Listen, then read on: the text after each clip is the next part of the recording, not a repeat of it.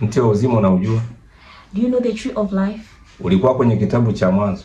It was there in the book of Genesis.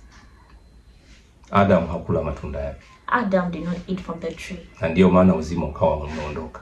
That's why the life was taken out of Adam's life. Mungu ameurejesha. God has returned it kwenye kitabu cha Ufunuo. In the book of Revelation. Na kuna watu wanauona. And there are people who are seeing this. Na wanakula yale matunda. And they're eating this fruit. Ambayo yanaleta uzima. These trees are giving eternal life. Na majani yake and their leaves ni dawa ya kuponya mataifa. It's medicine of healing the whole nations. Je, unayajua haya? Though, do you know them? Au unaishi kwa mawazo yako? Or you're living according to your own mind? Ondoa mawazo yako sasa. Remove your own minds right now. Njoo Sayuni. Come to Zion. Hiki ni chuo. This is a university kilichoahidi. That was promised by God himself. Kina maarifa ya Mungu. It has the wisdom and the knowledge of God. Unafikiri kama huyajui haya? If you don't know these things, hautakuwa mmoja wa wale waliomkataa Yesu. Won't you be one of the Pharisees and Sadducees? Utakuwa mmoja wapo. You might be the one. Kwa sababu because muonekano wa kwanza wa Yesu the physical appearance of Jesus. Sio huu wa sasa. Not this one right now. Cha pili. Secondly, ikiwa wakati ule hawakumjua Yesu, being that time they never recognized Jesus, aliyetumwa na Mungu, that was sent by God, na walibishana naye, and they fought with him and argued with him. Kwenye Yohana 8 pale. In John 8. Je, nyinyi? What about you? Mtabishana naye mwana wa Mungu? Will you argue with him? Kwenye kitabu gani? In which book? Kwenye kitabu cha Ufunuo, sivyo? In the book of Revelation. Hamkijui. You don't know it. Leo hii today kuna watoto, there are children wanajua that know mpaka ilipo hukumu, that where judgment is, kwenye kitabu cha Ufunuo, in the book of Revelation. Na sasa tuko hapo. And right now we are there. Mungu anasema, God is saying, tokeni watu wangu, get out my people. Ondokeni. Or go out. Maana dhambi zake right now, because of his own sins, zimekwisha kufika mbinguni. They have already reached heaven. Msije mkashiriki mapigo pamoja naye. Don't organize and be with them right now. Kwa maana siku ya hukumu, because the judgment time imekaribia, is near. Muda wowote. From right now, anytime. Ikiwa kazi ya Mungu itatimia. When the work of God has been fulfilled. Vipi unayekusanya watu? What about you who is bringing people together? Hujui unawapeleka wapi? You don't know where you're taking them. Yani wewe huna neno. You don't know the word. Unawafundisha uongo. And now you're teaching them lies. Unawakalilisha maneno. Wrong teachings in their minds. Mafanikio ya mwili. Fulfillment of the body. Njoo utafute mafanikio ya roho. Come and look for.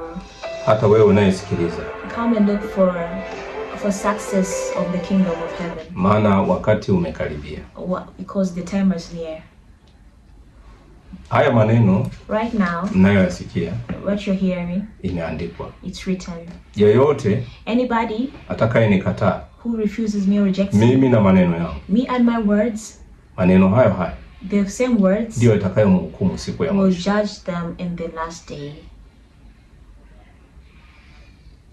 Sehemu ya wokovu, the place of salvation, Mungu ameileta. God has brought it. Sio kanisani. Not at church. Kwenye Isaya 55, in Isaiah 55, mstari wa 8 na wa 9, in the verse 8 and 9, Mungu anasema, God is saying, tuko tofauti naye. We are different with him. Mawazo yetu, our minds, sio mawazo yake, are not his mind. Lakini Paulo naye aliona, but even Paul saw, kwenye Warumi 10, in Romans 10, mstari wa 2 na wa 3, 2 and 3, akasema, and he said, anawashuhudia, he's testifying, watu hawa, to these people, wanabidii sana, they have a lot of effort kumtafuta Mungu, and searching for God, lakini pasipo maarifa, but without knowledge. Kwenye Hosea 4:6, in Hosea 4:6, Mungu akasema, God said, kupitia kitabu cha Hosea, in the book of Hosea, aliona watu wengi, he saw many people wakiangamia, when they are falling down, kwa sababu ya kutokuwa na maarifa. because of not having the word of Leo God. hii maarifa yamekuja. Today the word has come. Watu hawayataki. People don't want it. Wanataka mafanikio ya They dunia. want the fulfillment of the body. Wanataka magari. They want cars. Wanataka majumba. They want houses. vitu vya mwili. They want things of the body ambavyo havifai kitu. They're not fulfilling on, they are nothing to their world. Wameacha mafanikio. The fulfillment of the spirit and of their soul. Wanawaza kuwa na mali. They are think of being rich. Wakidanganyana. When they are deceiving themselves. Haya ndio mafanikio. This is what yatokayo kwa Mungu. This is what is success is coming from God. Hawafikiri. They're not thinking kwamba uzima wa milele ulipotea. That the eternal life was lost. Na hata Mungu alipoanza kuurejesha. And when God started returning the eternal life. Hawezi kuona hilo. They cannot see that. Njooni Sayuni. Come to Zion. Ili wote so that everyone tupate uzima wa milele. We can get eternal life. Kitabu cha Timotheo wa kwanza. In the book of Timothy 1. Sura ya 2 mstari wa 4. 2-4. Imeandikwa. It is written. Yeye ambaye. God is the one. Ambaye. That. Hutaka watu wote waokolewe. He wants everyone to be saved. Cha ajabu. What's surprising? Inapotokea hata msiba. To a funeral. Wachungaji husema. Pastors say. Kazi ya Mungu haina makosa. Doesn't have any issues. Wakihalalisha. And they make sure it is real. Kwamba Mungu ni muuaji. That God can kill. God is the one who takes lives. Na swali dogo. Let me ask. Hivi kama wewe hujui kazi ya baba yako. That if you as a person you don't know the work of God. Utakuwa ni mtoto kweli? Will you be really a child of God? Au utakuwa ni mtumwa wa ile nyumba? Or you'll just be a servant who is just been sent to that house? Because it is written. Kwamba mtumwa a servant hawezi kujua kazi ya bwana wake. He will never know the work of his boss. Bali mwana. But the son huijua kazi ya baba yake. Knows the work of God. Ili apate kuifanya. The work of his father so that he can do the work of his father. Don't you see Jesus? Siku ya Sabato. On the Sabbath day. Walivyomchallenge. When they challenged him. Kwa nini anaponya? Why is he healing? Akawaambia. And he told them. Ikiwa baba yangu anafanya kazi. If my father is doing the work. Hata sasa. Even right now. Mimi nami naifanya.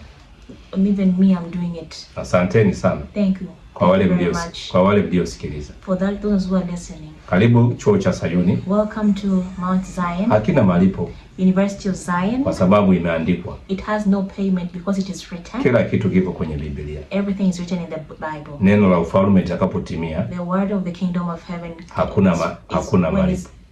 When the word of kingdom of heaven is being fulfilled, there's no payment. Hakuna malipo. There's no payment for if you want to attend the University of Zion. Ni neno la uzima. It's the word of life. Vipi wangeuziwa matajiri? If they would have been sold to the rich people. Sisi maskini. What about these us who are poor? Tusingeokolewa. We wouldn't have been saved. Karibuni sana. You're welcome very much. Tunawapenda. We love you so much. Namba yangu.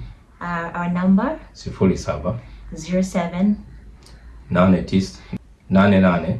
88 96 96 85 80 Yusufu Lazaro, mtumwa wa Mungu, the servant of God. Namba ya Joyce, my number goes to 0789 866 191. Joyce Lamek Nagala. Karibuni sana. You're very much welcome. Wachungaji.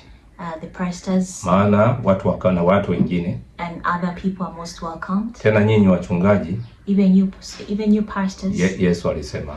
Jesus said. Mwenye nacho. That one who has. Ataongezewa na kuzidishiwa. Will be added and increased. Bali asiye na kitu. And that one who doesn't have anything. Hata akisikia. Even when they hear. Chote kitaondolewa.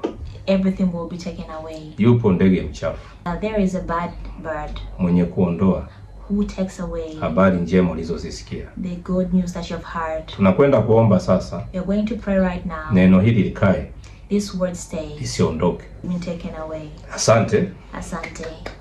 Baba Mungu Mwenyezi. Amen. Uliye chanzo cha baraka. Amen. Wakati huu umetupa kibali cha kusikiliza neno lako. Amen. Usifanye mioyo yetu kuwa mizito. Amen. Kama wale wana wa Israeli. Amen. Tunakuomba. Amen. Neno hili Amen. likasafishe utu wetu wa ndani. Amen. Tukaufuate mlima wako mtukufu. Amen. Ulioutimiza wakati huu. Amen. Ili kuhakikisha unazungumza na watu wote. Amen. Waweze kuelewa. Amen. Uweze kutufunulia. Amen. Yale uliyoyaficha kwa njia ya mifano. Amen. Baba. Amen. Tazama kila tazamaye video hii. Amen. Na kusikiliza neno hili. Amen. Abarikiwe. Amen. Akaanze kuona mabadiliko. Amen. Katika moyo wake. Amen. Maana imeandikwa. Amen. Aliye mkuu katika ufalme wa mbinguni. Amen. Ni yule atakayefanana na mtoto. Amen. Na mwenye kusikia habari hizi na kuzitendea kazi. Amen. Basi amebarikiwa. Amen. Kwa jina la Yesu tumeomba haya machache kupitia kinywa hiki. Amen. Amen. Bye bye.